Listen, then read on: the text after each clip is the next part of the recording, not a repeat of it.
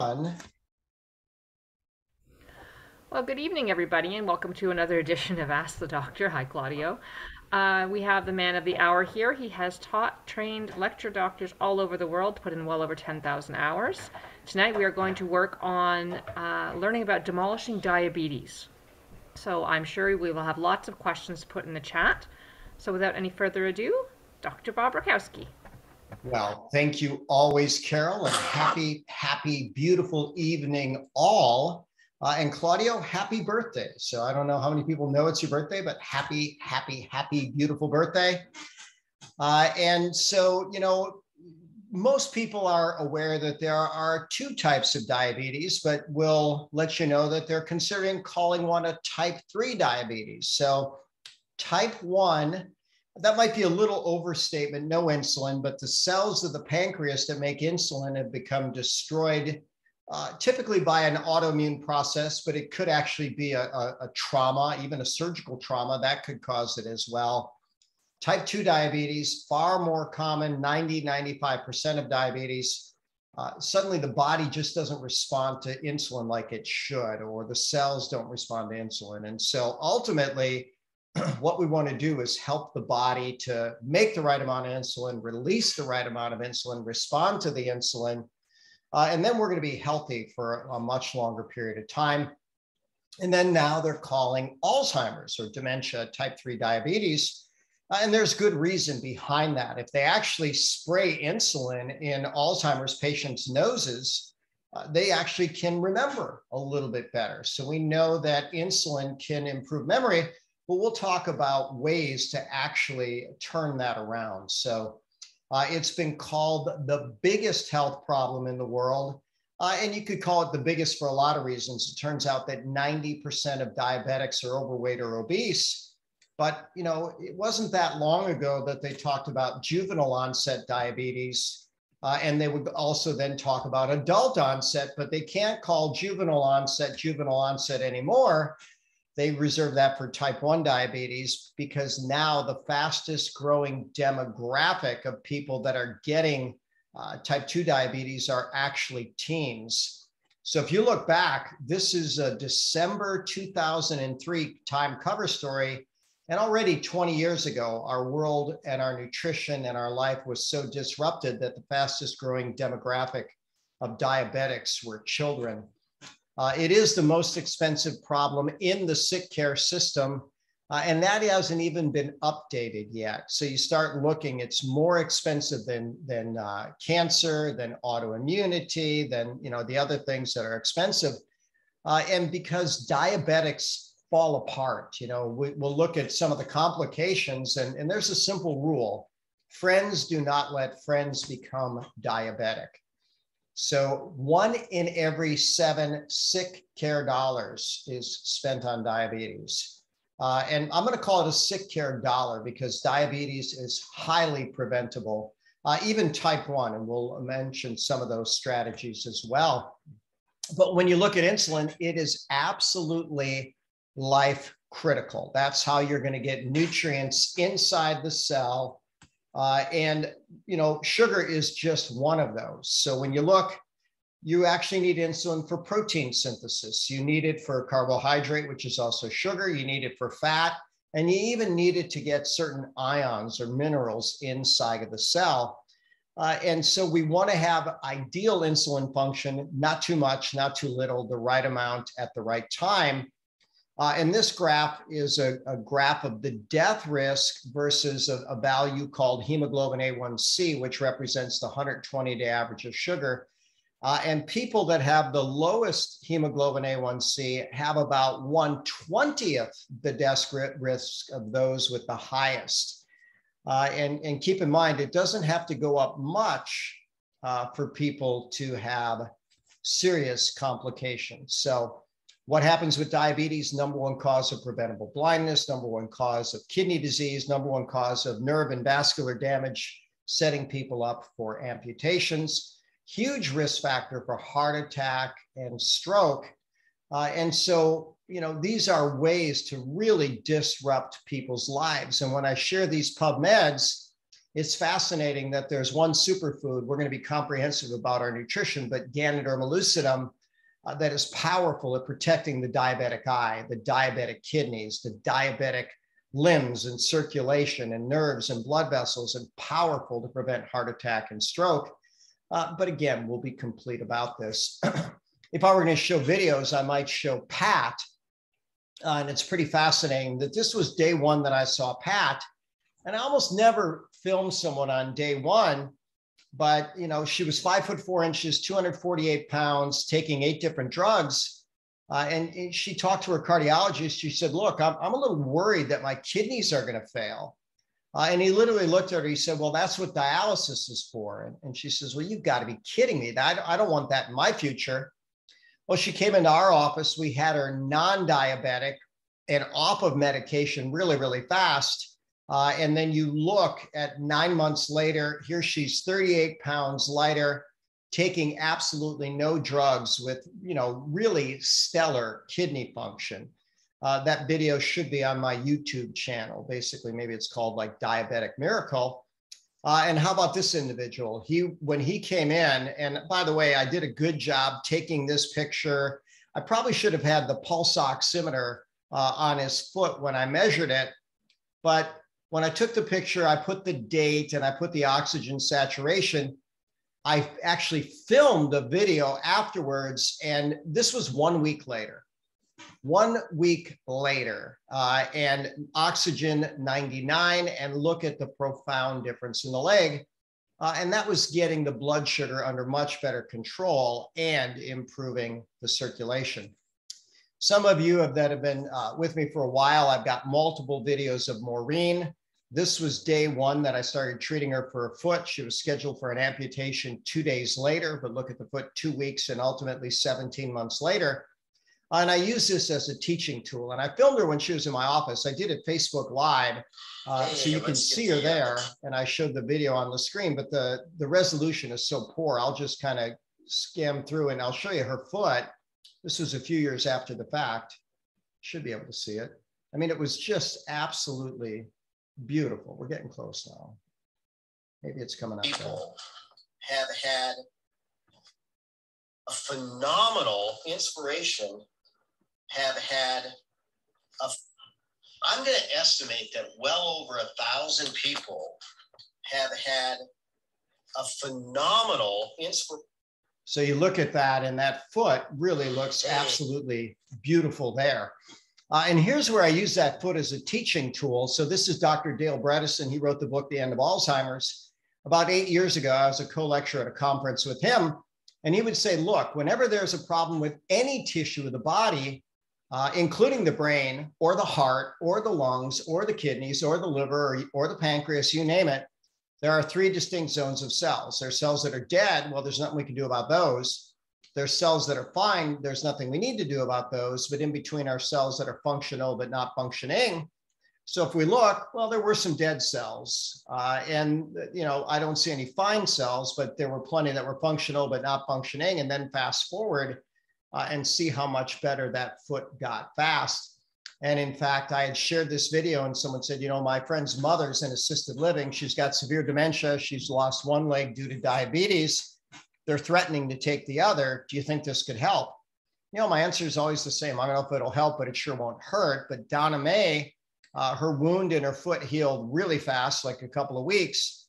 And then she got her total memory back at 3 months. And the doctor said, her diabetes and dementia were in complete remission. And so this family got 2 extra years with their mother. And I always ask, what would that be worth to you?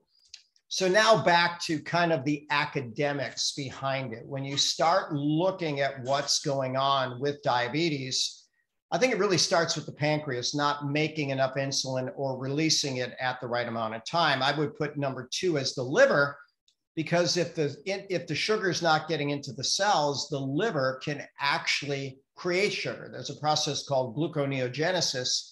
It makes new sugar, and it actually makes it from amino acids. So by the way, it'll actually break down lean tissue to make sugar. Ultimately, the intestines start absorbing more glucose, and muscles have a harder time taking up glucose. And that's what happens in diabetes. So the top drug that they've been using for decades is something called metformin. And you know what? The doctors love prescribing it. They say it's relatively safe and effective and well tolerated, but reality is it doesn't correct the problem. And over time, it actually has a failure rate. So I share with people, metformin works on this liver enzyme right here. And it prevents the liver from making too much blood sugar, but Ganoderma lucidum, my favorite superfood on the planet, works by the exact same mechanism. Metformin has pages of side effects and a significant failure rate over time. Ganoderma has hundreds of other health benefits, and so many other things get better. So here's your data on metformin: 21% failure rate at 5 years. When people have diabetes, a 500% increased probability that they'll develop what's called non-alcoholic fatty liver disease. And so fat begins to accumulate in the body where it shouldn't. You can get a fatty liver, you can get fatty kidneys, fatty pancreas, fatty heart, you name it. But notice that this fatty liver can lead to progressive problems, including cirrhosis and possibly even liver cancer. So we certainly don't want that to happen. If we jump back to Ganoderma really quick and go to PubMed, it's good for a lot of things, including liver cancer, non-alcoholic fatty liver, alcoholic liver, hepatitis, liver inflammation, fibrosis, and toxicant-induced liver injury. And by the way, Ganoderma works directly on the cells of the pancreas that make insulin and release insulin. So it's very, very powerful for blood sugar regulation. And it even prevents death of the cells of the pancreas that make insulin and enhance beta cell regeneration. So again, people could have completely dysfunctional pancreas and maybe even need insulin for a period of time. But if we can get those cells back on track, then we can revitalize the pancreas. One of the worst diets ever, probably the worst diet ever discovered, is what they call the standard American diet, the modern American diet, the processed American diet. And ultimately, when people eat the standard American diet, they get Western diseases, chronic illness, fatigue, depression, inflammatory issues, diabetes, obesity, you name it. But one of the things we know is if they consume Ganoderma while eating a bad meal, they're somewhat protected from the bad meal. Now, here's what I tell people. I don't recommend a bad meal, but let's say you're at a circumstance where you can't make a better choice. Well, buffer it and protect it by taking some Ganoderma. And it's also known that it helps to reduce overall insulin resistance. You cannot store fat without insulin, and anytime you spike insulin, you're likely to store more fat. And so this PubMed shows that Ganoderma improves insulin resistance and reduces body fat. And I like this story. This young lady actually lost 57 pounds by just switching her latte from a Starbucks latte to a Ganoderma latte. And again, the literature supports that. Diana Schwartzbein wrote a series of good books. She's an endocrinologist out of Southern California. And she entitled her book, The Schwartzbein Principle. You know, if I were her personal coach, I would tell her, look, you know, this is a great book, but people buy titles, not content. So I think I would have said, eat your way to a healthy, sexy body and enjoy every bite. She probably would have sold a bunch. But you know, I was at the conference where she presented her book and shared the data. And she said, you know, my patients always ask me, why is there so much diabetes, so much insulin resistance? And I tell them it's 5 against 1. There's 5 hormones that elevate blood sugar, and there's only one that lowers it. So those that elevate it are the stress hormones, adrenaline, noradrenaline, and cortisol, but also glucagon and growth hormones. So 5 against 1, we've got to take really good care of insulin. And Diana Schwartzbein said this: the first thing that rises as someone progresses towards diabetes is insulin. First in the fasting state, then, first in the postprandial state after eating, then fasting. Second, body fat rises. Remember, insulin says store fat, don't break down fat. The third thing that rises is blood fat, elevated total cholesterol, decreased good cholesterol, increased bad cholesterol. And the fourth thing that rises is sugar. So the point I like to make with my students and patients is if you're looking at sugar, you're missing all of the early indicators. So, you know, if someone has even an extra pound of body fat, it's time to deal with it. And simple enough, you cannot store fat without insulin. 90% of people that I have type 2 diabetes are overweight or obese, and that extra body fat is a certain part of this progression. And so you saw the term globesity, there's now the term diabesity. And as people become obese, we got to keep looking for that diabetes and ultimately turn it around. And when we go through the final causes, I'm going to talk about stress and its connection, toxins and the connection, malnutrition and the connection, and lack of physical activity. So starting with physical activity, a single bout of exercise can lower blood sugar. And when I get technical, I tell people inside of muscles, there are things called exercise responsive GLUT4 vesicles. And when you contract the muscle, and in fact, the harder you contract it, the more these receptors go to the surface of the cell and they draw sugar into the cell independent of insulin. So the stronger you contract the muscle, the better. So I'm gonna just stop this for a moment. And for a moment, I'm gonna go back to Pat. She was the person in the video. So, you know, when I saw Pat, I said, okay, Pat, I need you to exercise every hour. And she looked at me, she said, well, you don't understand. I can't even walk from here to the door. And I said, well, that's not what I'm asking you to do. And she said, what are you asking me to do? I said, I need you to squeeze your muscles. Squeeze all your muscles as hard as you can. And I wish I would have filmed that because Pat was so cute when she squeezed everything. But part of that process made her non-diabetic and off of medication so fast. You know, I think most people wouldn't have even believed that it was possible. So inside of a week, she went from on medication, out of control, diabetic, to off medication, non-diabetic, in perfect control. So that's the link with exercise. When we start looking at stress, I mentioned the hormones that elevate blood sugar. 3 of those are stress hormones: epinephrine, norepinephrine, and cortisol, also known as adrenaline, noradrenaline, and cortisol. So very interesting question here. Joe Pizzorno is a great author, was president of Bastyr Naturopathic University. And, you know, he wrote a nice article about the connection between toxins and diabetes. And so you start looking at these chemicals produced and released in the environment, sometime just before World War II, and certainly an uprising after that. And then go back, you know, wherever they started tracking that 15 years later, you see a very close correlation between diabetes and the toxins in the environment. By the way, you'll also see that same correlation between these toxins and obesity in the environment. So GGT is a lab marker. If I were teaching doctors, it stands for gamma glutamyl transferase. It's how the body gets glutamine into the cell to make glutathione, which helps the cells to clear toxins.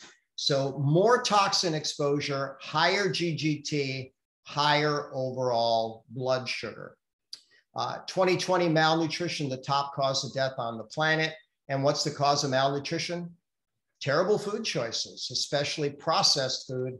So this reference says the more a food is processed, the lower its satiety. In other words, you need to eat more of it before you feel satisfied. And I'll tell you, you may never feel satisfied. And it has things in it to make you addictive. And then it's higher glycemic impact, meaning it will raise blood sugar more. Keep in mind that 72% of Americans gained weight during the pandemic. And I've seen people that gained over 100 pounds. Now, luckily, I was still open the whole time and practicing, you know, and when people would come in, you know, if they even look like they gained 5 pounds, I'd say, look, let's get this under control. You know, let's take care of it before it gets to be way too big a problem. Barry Sears was co-lecturing at a conference in Orlando, Florida, put up a copy of the USDA food pyramid and made this statement: if ever there is a terrorist-like plot designed to destroy the health of the world, this would be it. And he put up the USDA food pyramid. So I created my own pyramid after that. And this is what I recommend for every single patient that I interact with. And for the diabetic, I like paleo keto. Leans, greens, nuts, and seeds is what we're going with. Nothing white. Maybe the exception is cauliflower or possibly jicama. When it comes to diet, this is my comprehensive recommendation. Eat real food, eat clean food, not too much, not too often, every color, every day, in a way that honors your physiology, your genetics, and your body goals, mostly plants. Well, physiology, if you're diabetic, that is going to be a keto pyramid. Why real food? Well, the fake food, the genetically modified food, the heavily processed food, these are things that are making people sick. Clean food, the herbicides, insecticides, fungicides, or spliced in genetically modified changes, this is what's creating obesity and diabetes. Not too much, calorie restriction, number one mechanism of longevity ever studied. Not too often, intermittent fasting, a great strategy to enhance longevity. And that's a huge part of how we make diabetes go away. I have recommended omega-3 resolvins since they were commercially available about 8 years ago, over 2,000 published medical studies. And we know the resolvin form of omega-3 is better across the board for many things, including insulin sensitivity. This is a picture of a diabetic foot, and you can see this destroyed arch. This would be a normal foot. These feet destroy themselves, they get bad wounds, and then ultimately they get amputated. So I'm a big fan of using lipoic acid, carnitine, resveratrol, and Ganodermospores every waking hour for neuropathy. And we've seen some very profound changes. 131 PubMed references going back over 30 years on Ganoderma and diabetes. And notice this first one that calls up, it says it's both preventive and therapeutic. And I'll tell you, it's preventive for type 1, type 2, and type 3 diabetes. So all the reason to have this every single day. And then finally, the complications of diabetes. Friends do not let friends become diabetic. And all those PubMeds are about Ganoderma being great for the complications. So that will finish that, maybe with the exception, I'll use one more slide. So Ganoderma improves carbohydrate digestion and metabolism. It buffers the liver's glucose production, similar to metformin. It protects the diabetic liver, diabetic kidneys, and it's been said to be able to be used as a functional food. So shakes and coffee and tea can prevent diabetes. So that will wrap up the official part of the presentation. And I will see if anybody has any questions. Carol, anything in our wonderful chat? Yeah, so far just one question, but I'm sure they'll start pouring in. So Scott Thompson says, metformin is popular as a leaning out supplement in the gym. Is this dangerous? Well, it's foolish. You know, a drug without a side effect is not a drug. There's a bunch of medical doctors that were sold the idea that, you know what, you don't want people becoming diabetic, use metformin like it's candy. But Scott, metformin lowers testosterone by multiple mechanisms. And so if you're a guy trying to get lean, you probably want your testosterone.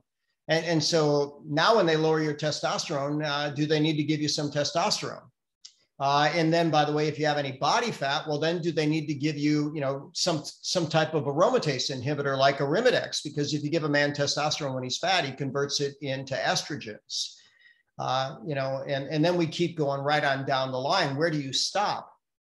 And, you know, these people that are recommending these drugs for anti-aging or leaning out, where does it end? You know, are they going to give you a thyroid prescription, a growth hormone prescription, a testosterone prescription? And then what happens if you can't get it? You know, let's say that there's some pandemic and the supply chain is cut off, and suddenly you can't make any testosterone because you've been taking it so long, and you can't make growth hormone, and you can't make thyroid hormone. Now what do? Well, you're just plain miserable. So prevention trumps cure. It's a very bad idea, but you're right, Scott. They do recommend it. How dangerous? Not too dangerous, just not very bright. You know, you could take a drug for whatever you wanted, but should you? And I'm going to say no. Okay, perfect. What do you suggest for someone that has developed cranial nerve palsy? Well, my first rule on cranial nerve is anything that's cranial related, I like to do cranial manipulation until that's proven otherwise. So cranial nerve palsy is interesting. It's probably not very common, and I wonder which cranial nerve. And ultimately, the question that has to be answered is what's causing the problem. So if we know what's causing it, we go after it. If we don't know, well, then we go on a search mission. Let's figure it out. What in the world is causing that? Now, if you ask this, in line with a diabetic lecture, I think last week I mentioned that I have a patient that has a droopy eye, which is called ptosis, Ptosis, ptosis. And ptosis, yeah, I think I spelled that right. Anyways, then I did a PubMed search on diabetes and ptosis. And this guy's diabetes is out of control. And that's when his ptosis happened. So, if someone's got a blood sugar problem, we want to fix the blood sugar problem. Perfect. I see Nick now. Happy, beautiful day, Nick. Claudio, do you have something you would like to ask? You know what? I had one written down, but he answered it while he was actually going through this intermittent fasting, keto, and paleo for better healthy eating to avoid or trumping preventative cure. But I do. So I ran into a gentleman. His son is dealing with glycogen storage disease. It affects 1 in 40 million, something to that effect. Are you aware of that? Well, there's all kinds of different rare diseases. 1 in 40 million, I might ask, is that real? Or are they just trying to name something? But okay, so what is the question related to that? What do we want to do about it? Yes, please. If there is. Ultimately, when you start looking at problems in individuals, there's typically some pathway that isn't working very well. So in this case, glycogen storage. So if I were to pull up a biochemical map of all the chemistry out there, it looks like this absolutely massive spider web of data where there's all kinds of alternate pathways. And we are so wonderfully made that if one pathway doesn't work, there's another one that can. So ultimately, we try to figure out which path doesn't work, figure out how to make alternate paths work better, and ultimately see by the results. So how old is the patient? How long have they been aware they've had a problem? So he's been told that it is genetically, and I believe he's in his mid-20s. Okay, and has this been a problem his entire life? Yes, it has. Okay, well, that might be a genetic issue. So then we got to eat a really clean diet, exercise super well. So if I were to ask you, and it'll be a rhetorical question, what is the human need for carbohydrate? And here's what I'll tell you, exactly 0. Humans don't need carbohydrate. So if you go back to the voyage of Ernest Shackleton, where he took a group of people and they wanted to cross the South Pole on foot, they caught their ship in the ice and all they could eat for 18 months until they ultimately got rescued was like penguin meat and seal meat. And I might ask, where did they get their vitamin C? Were there any citrus trees? Where did they get a lot of stuff that they needed? Well, it turns out that penguin meat is high in vitamin C.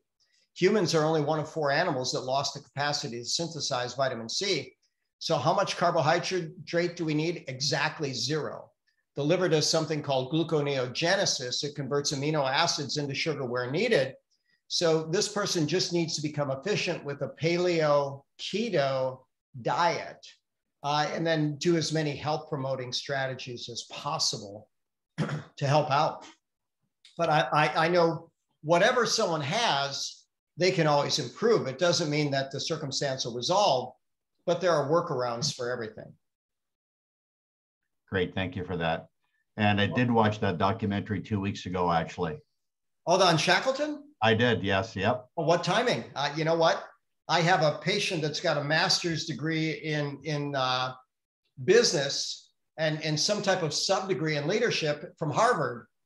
And he said, Bob, you like leadership? I said, I do. He says, do you know about Ernest Shackleton? I said, no. He says, you need to read his book.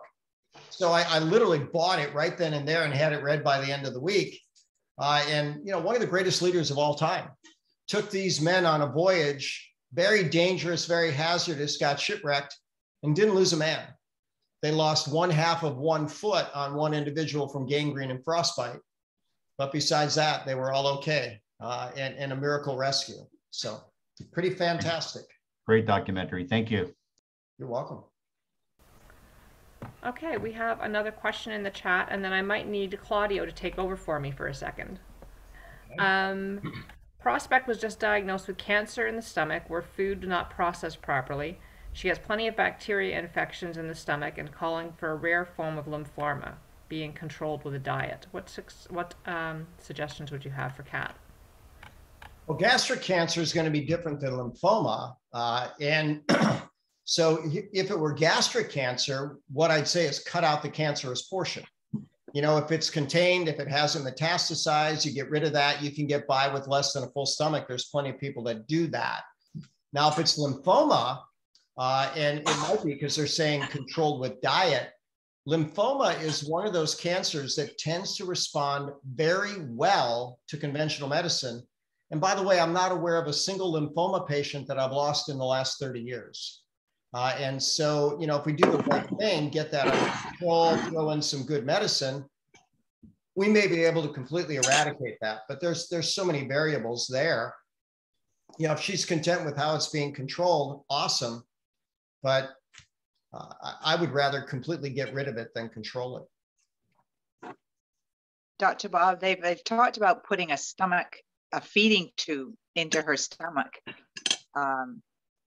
But before that, is there something I can suggest to her with Ganoderma in it that might, where should I start with her? Well, I would start with spores because they're easy to digest and they're very nutritive. So the feeding tube is the purpose of that, you know, she has an obstruction and can't swallow. What's the reason for the feeding tube? They talked about the cancer being in the stomach and having to remove the stomach. Yeah, well, if they need to remove it, they need to. And then there's the feeding tube, and that would probably make sense. But sure, she can do Ganoderma starting now and keep it going for sure. Yeah.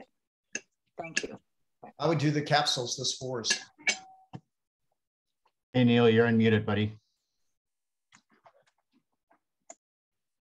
Another question? Can you go for me, Claudio? Absolutely. In 30 minutes daily walking, a good workout, is 30 minutes of daily walking a good workout, or should it be longer? Will it help lose weight? That's coming from Xavius. Well, the way I'll answer that is if you enjoy it and it moves you in a direction of better health, then it's a great workout. And if you don't enjoy it and it doesn't move you in the direction you want, then it's probably not. I like the statement. And so I'll preface it. I think it was 5 years ago. I was giving a talk for a children's cancer charity in London. And they had the woman who brought step aerobics to Europe talking about fitness. And by the way, Pete Cohen was talking about mindset in terms of beating cancer. But this woman who had been a fitness icon for her entire life said, you know, most people are about as fit as they need to be to do the things they enjoy in life. You know, so I see Dr. Paul over there and he wants to get on the ice and he still wants to, you know, if Wayne Gretzky would suit up, he'd want to play against him or with him, right? So, and by the way, Wayne's a little older than both of us, so you could probably do okay with him. But, you know, at any rate, since he likes doing that, he stays fit. And I think the same is true of Neil. He's probably out there on the ice and playing hard. And, you know, if you have something where you need to be fit to enjoy, you're going to stay fit. Now, if you don't have something that you need to stay fit to enjoy, that's where challenges come in. So I get a big kick out of Kat, the dog walker, because what does she do? She walks dogs. And, you know, I walked a dog now for 114 straight days, and I don't know what kind of dog she's walking, but the kind I'm walking, it's a workout because you'll see something and I still need to train them and all this other stuff. But here's the deal. If you love it and it moves you in the right direction, it's awesome. If you don't love it and it's not moving you where you want to go, then it's not where we need to be. And so ultimately, find something that you enjoy. Sometimes it's community, sometimes it's CrossFit, sometimes it's dancing. You know, for me, martial arts classes became really, really fun. And just find out whatever it is that you enjoy and do it. And, you know, when it comes to exercise, walking is wonderful, but it's not likely to create fast change. The high intensity intervals, that's where we get the fastest change if someone's, you know, uninjured and healthy enough to do it. And by the way, I also see that, you know, how often should someone do a 7-day detox? As often as they're willing to under good guidance to keep moving them forward. So, you know, if I had a cancer patient under chemo, I might do it every month, you know, because they're fighting for their life. In that case, it makes sense. But typical people, I think about twice a year is a good way to keep a good reset in the system. There's an additional question here from Trevor. The difference between Ganoderma lucidum capsules, the mycelium capsules, and the dosing of each, please. So there's three parts of the mushroom. There's the Ganoderma lucidum, which is the flowering body. And when you see a picture of this wonderful reddish plant, you know, that has all the fabulous 50, all the vitamins, minerals, amino acids, proteins, carbohydrates, fat, fiber, and water in doses that make a difference to human health, and thousands of medical studies. But as they started looking at different parts of the plant, they know that some components of the spores are 75 times more concentrated than the lucidum. So that's very, very powerful. Then when we start looking at the mycelium, the root system, in classic herbal medicine, whenever something has a function in nature, that function is almost always mimicked in human physiology. And since it's communication of the entire earth, they call it the internet of the earth. There's strong suggestion and scientific evidence that it's really good for nerve transmission within the human. So now when you start talking about dosing, my classic phrase for dose is that bodies respond to frequency, duration, intensity, quality, and timing of stimuli. If someone wants fast change, I have them dose the capsules every waking hour. If they just want to maintain health, well, if they're in an awesome state of health and they want a little support, take one capsule. If you want a little more support, take two. If you want more yet, take three. You know, and when I have people where I get them out of trouble, I often do 2 spores every waking hour, 7 to 10 days. Then for a month, we usually drop down to 3 times a day. Then a month, 3 twice a day. Then we may just be good at 3 a day. Or if they are regular consumers of Ganoderma coffee or tea, at that point, maybe they just maintain with coffee or tea. But, you know, part of what I do is I measure. And, you know, I had a consult today with a woman that it was just hard to believe her chemistry was as bad as it was. And I said, look, here's what we think happened. Let's go on a really, really strong program for 10 days and let's see what kind of difference we make. And if we turn it all around, we're going to be happy. If we don't, you know what, we're going to figure out the best way to get you better fast because we need to do that.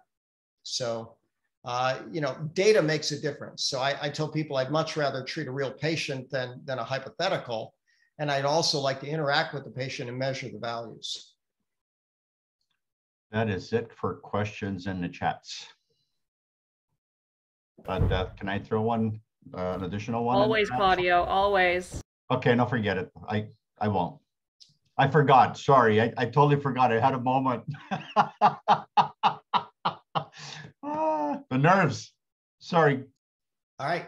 Well, then I'll just wish you a happy birthday again. Happy, beautiful birthday. Yes, happy birthday, Claudio. Thank you, thank you, thank you all. Love you all unconditionally. Love this family. You know, it's so interesting that I think the first time we sang a happy birthday on Zoom was to Diane. And I recorded it. And here's what we know. All over the world, we come in at different rates. So it was so all over the charts. Someone was at ha, someone was at p, someone was at bur, and someone was to you. And, you know, Pete Cohen did that the other day with someone in London that had a birthday. And it just reminded me of how off it is trying to, you know, sing over Zoom. So if you're going to sing to Claudio, sing to him in person. So, or just with a private message. So, all right. Well, that may wrap it up for this beautiful evening. So I just thought of another question, if I can interrupt, Dr. Bob. We've just heard that the shakes are out of stock. So it's kind of hard to do the 7-day challenge without those. What's the word on when we're getting them? So for the US, it looks like June. And so, you know, a global disruption in the whey protein supply. And I'm so grateful to Organo for jumping through the hoops that they needed to get us another supplier. But because it's a different supplier, they have to go through quality certifications and all these other things again. to do it. They're on it. June is for US. Canada seems to be slower in a lot of ways, but you know, who knows? Maybe you could be creative, have someone over the border order a ton of it, and then, you know, have a team member drive across and bring back, you know, 100 OGX for for people that want it. You know, I mean, why not? There's a way. So Canada is going to be a little slower, but you know, the US isn't far away, and we're on it. We're on getting this replaced. Hey, Kat, I have lots if you need. Just reach out to me. Okay. I was going to say the same thing, Kat. I know someone that may have some. Okay. All right. So in the event that we're right out, what do you recommend that people do instead? Just spores and. Well, keep in mind that, you know, I have access to all kinds of professional grade medical foods that are set up for detox, blood sugar, anti-inflammation, hormone balance, you name it. And what I really like about the OGX is compliance. It tastes so good. The texture is so good. The efficacy is there. It works across the board for so many things. In all my years of doing this, that is easily the top compliance shake ever. But you could go with a different functional shake if needed for a period of time. But I know what you're saying about that OGX. It is just so good that, you know, go with Claudio, get what you need, go across the border come June. We're already in April. So we're only 2 months away, hopefully, from having replenishable supplies. Good. So I do have that question if you'd like to answer one more before we leave. Go for it. Apple cider vinegar. It will break down eggshells. And I've heard that if you do a quarter cup, fill it up with a glass of water and have it in the morning or nighttime before you bed, it'll actually start dissolving the buildup of calcium in your body while you're sleeping. Well, that's a pretty bold statement there. And so keep in mind, you're not infusing it into your bloodstream. And if you did, that might be a problem. So it's going to go through the gut, and the gut's going to do whatever the gut does with it. But it's known to enhance digestion. It's got other good nutrients. There's more than one way to clear calcium out of the body. And, you know, one thing that we know is that calcium functions as a Band-Aid. If there's a lot of inflammatory process, then tissues become calcified. And so vitamin K2 is actually pretty good at preventing unnecessary calcification. But for years, they've used a lot of chelating agents, especially when it comes to cardiovascular calcium. So, you know, EDTA is an IV chelation that is proven to pull calcium out of arteries. And then, you know, things like magnesium and garlic and cilantro and chlorella, these are known things to clear metals, including calcium. And then I found a reference just last week that Ganoderma lucidum actually increases in the body what are known as metallothionein proteins by 800%. So now we know that Ganoderma is powerful at priming the body to clear heavy metals and minerals and nutritive and non-nutritive. So powerful stuff. You know, we don't seem to go wrong with Ganoderma, and more evidence that it's good for so many things. So. Awesome. And I think that's it for questions. Thank you. You are very welcome. All Carol, right. how did I do? You did amazing, Claudio. Thank you. Sorry, guys. All right. Well, that wraps it up. We'll see you all next week. Good night. God bless. Thank you. Thanks, Dr. Thank Bob. you. Happy birthday, Claudio. Thank you.